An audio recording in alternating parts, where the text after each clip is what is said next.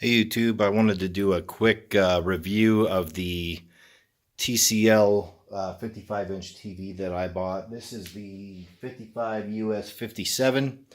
I've owned it for 1 year. This is a 1 year review, and I had a review on here originally that got a lot of views, and I took it down, and I kind of regret doing that. I wish I hadn't. So this is the 1 year review of this TV, and I gotta admit, this is a spectacular buy for the money. This is an awesome TV, 4K.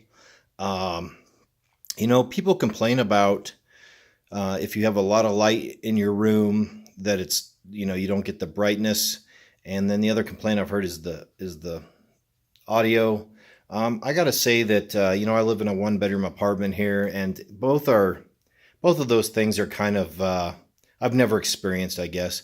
I don't get a ton of light in here, but I've never had a problem seeing anything with it, with the screen.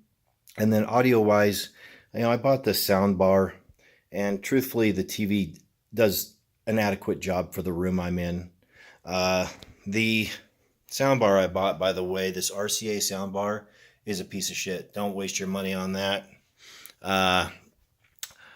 It was like $30 or $40, but it still wasn't worth it. Ever since RCA went to Mexico with their production, they've been horrible. But anyway, just to give you an idea, this is my living room, and so that's it's a wonderful TV. It's beautiful, big, colorful. I've had no reliability issues with it at all. I did get a warranty on it when I bought it, an additional one. I paid the money for it, and hopefully I got a 3 year on it, and hopefully I never need to use that. So far, so good. Complaints, it's the Roku TV with the little Roku remote. I'm not crazy about this remote. It's not super responsive. It doesn't have a ton of, super good features. Focus, please. Oh, hello. Doesn't have a ton of super good features. I'm not a big fan of these hotkeys either. I tried Sling for a while. That service sucked. I'm going to do a review on that. That was garbage internet service. I canceled my Netflix. I just don't use these, and how they kind of randomly pick, oh, you get HBO now. I'm sure HBO just paid them money to stick it on the remote, but not crazy about the remote. So that's one problem. The other thing I don't like is that when you turn this TV on, the warm-up period is ridiculously, weirdly long, and I don't know what that's about. I guess they're warming those LEDs up or something, but I don't know. It's just strange. It takes I don't know. It's a considerable amount of time. It's weird. I don't know. I don't care for that. The feet on this TV, they're actually pretty nice. They're high quality, but I had to cut this board out to sit on top of my entertainment stand because they were too wide and I couldn't get it to fit. It'd be really cool if those feet were interchangeable and could go like inward instead of out, and then it would have fit on here. It's got tons of good inputs on it, HDMI. I don't know. There's really not a whole lot I can complain about. The TV has been spectacular. It's got a really beautiful picture, and it's worked well.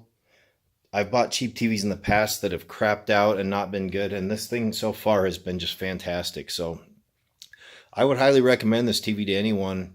I think less than $400 at Walmart for a 55-inch TV. So yeah, go for it. And I do game on this too. I play Xbox One on this, and it's I don't know. People are like, oh, the frame rate, blah blah blah blah blah. I don't know. If you can see that, you're a pretty amazing person, in my opinion. If you can detect that frame delay.